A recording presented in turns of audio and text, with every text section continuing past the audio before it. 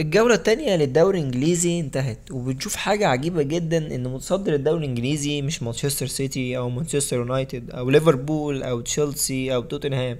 لا، متصدر الدوري الانجليزي برايتون، وبفارق اهداف عن مانشستر سيتي. برايتون بعد اول جولتين جاب 8 جوان ودخل فيه جونين بس، وده رقم مرعب في اول جولتين ما كناش بنشوفه الا مع مانشستر سيتي وليفربول من كام موسم. وده يدل على ادارة برايتون من احسن الادارات اللي موجودة في النادي، والنجاح اللي ماشي فيه برايتون دوت مش راجع بس لجرام بوتر اللي حصل قبل كده او ديزيربي حاليا، لا، راجع للإدارة حرفيا.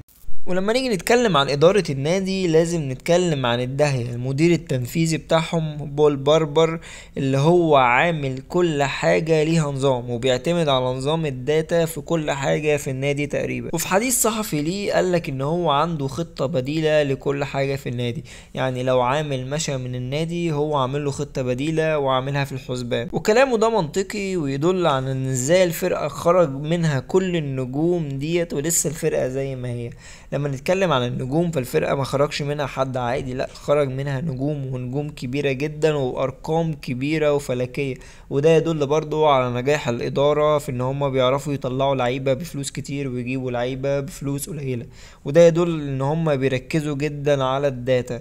انت متخيل ان طلع من برايتون ماكاليستر وتروسارد وكوكريلا وكاسيدو وبيسوما وناس كتير جدا وسانشيز وكاسيدو، لعيبة ليها تقولها من الفرقة، والفرقة ماشية زي ما هي مفيش اي اختلاف. مش في اللعيبة بس كمان، لا، ده كان في المدربين. بعد ما جرام بوتر حط حجر الاساس وبنى للفريق ومشى وراح تشيلسي ما كانش عندهم اي مشكلة خالص، وجابوا دوزيربي وعامل عظمة مفيش احسن ولا احلى من كده. وده يدل على حاجة مهمة جدا، ان العلم في الكورة بقى حاجة مهمة جدا وبيكسب اي فرقة لو انت فعلا هتهتم وهتتعب، وان انت يبقى عندك خطة بديلة لكل حاجة.